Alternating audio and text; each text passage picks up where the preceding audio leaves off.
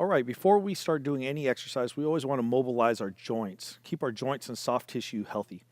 And before we start moving our body haphazardly, we always want to start in a base position. So let's start with our feet hip width, and hip width defined as the outside of our feet, the same width as the outside of our hips.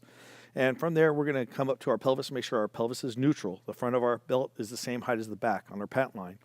Chest is proud and open, thumbs out to each side. Depress the shoulders and get as tall as you can for our base position. Now we're going to start with lateral neck tilts. Just tilting our head to one side, pulling through the opposite fingertips, and back to center, off to the other side, reaching down with the opposite fingertips, and back to center. You're going to probably feel a little bit of tension on the side of your neck, and some of you may feel a little tension all the way down to your fingertips. If it feels nervy, then ease up and don't go so far. But if it just feels like tense tissue, tense muscle, then go ahead and give it a little juice. Back to center. And now, good. We're going to start with shoulder rolls next. So thumbs forward on these ones. Chest proud still. Lift the shoulders up to your ears. Pinch back, down, and forward. So inhale up, back. Exhale down and forward. All the way around in a nice circular motion. Try to make sure that these circles don't turn into up and down linear motions. Continue to breathe the whole time. Inhale up, exhale back and down. Switch directions. Back, up, forward, down. Now, if you don't move your shoulders or your shoulder blades a lot, you probably feel some heat building up. And that's exactly what the point of this is. Get the joints and tissues fluid and get some lubrication going on in there. Get some circulation going on in there. Let's keep on going with these big circles. Shoulders moving, the shoulder blades moving. Really important for shoulder health. Really important to make sure that your shoulders are prepared for the work to come. All right, from there, we're going to take our hands out to the side and reach up and overhead. Pointing two remote controls overhead is what I like to imagine. Soften the knees, pull the ribs down, and then circle up top. Try to keep the elbows straight. So to do that, flex your triceps a little bit, and then circle up top, circle up towards the ceiling. Imagine drawing two perfect circles every repetition, trying to keep the ribs down. Try not to arch your lower back as you go through this range of motion. All right, change directions. Other way, same circles. Two circles, perfect circles, drawn up on the ceiling, elbows locked out, all that motion coming from the shoulder itself. You're probably building up some heat in the shoulders, and that's what we want to do. Again, getting that circulation going, get that blood flowing. All right, give me 10 more seconds. Nice and easy. Just another couple reps. Breathe. Smile and breathe. That's the key. All right, from there, we're going into our high hinge. So pull your elbows back, prouden that chest again. Widen out your stance just a little bit. Push to the outside edges of your feet and pull your butt up and back as your knees are slightly soft. Keeping your chest up and out. Think butt up and out, chest up and out. And keep those ribs down by drawing your navel in. You should feel a nice, strong pull in the hamstrings as you lift the hips up and back.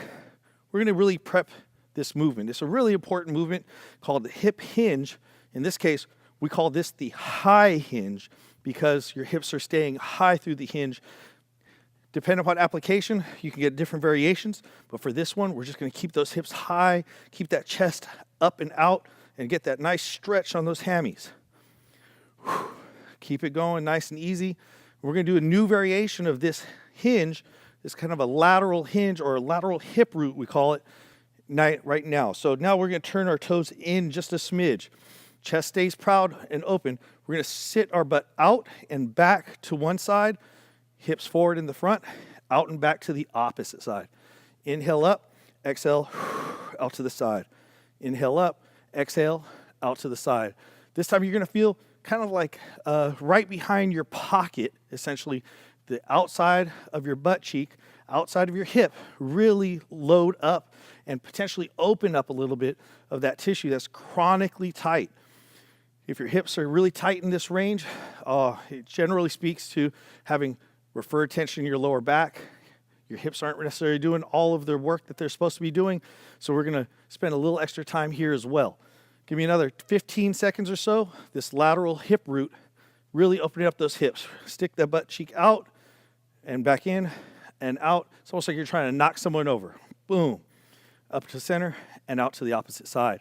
All right, from there, we're going to go down a little bit lower, down to the knees. So narrow your feet, about a fist width between, hands above your knees. We're going to soften the knees and draw circles with the knees, all the way back to all the way forward, getting that nice light lateral traction or lateral motion on those knees.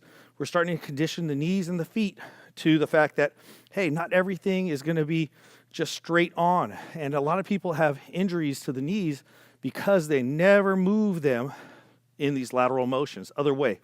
So we're introducing these rotations to not only train the knees, but to train all the joints through their greatest range of motion that they have today. And what that means is you're not supposed to feel any pain. You might feel a little tension, especially going out to the sides. The body doesn't necessarily naturally move side to side very well. So as you shift your weight to the side, you might feel your feet, the outside of your calves, your shins, everything working just a little bit. All right, now you're going to stand tall. We're going to widen our base again. Put all your weight on one foot. The opposite heel touches the ground. And what we're going to do is trace the outside edge of the foot. So all the way around to the instep, back to the heel, outside of the foot to the toes, instep, back to the heel. This time we're just going to do 3 repetitions in each direction. So heel and then change directions. All the way around the inside of the foot to the toes, outside the foot to the heel. That's 1. Here we go for 2 and 3. All right, now put all the weight on that foot.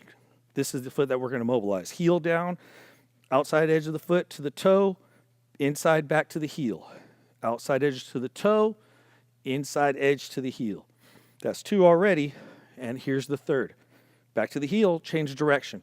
Instep to the toe, and outside to the heel. Inside to the toe, and outside to the heel. Last repetition, and now we've done head to toe, a really light mobility session that should prepare you well for the workout to come.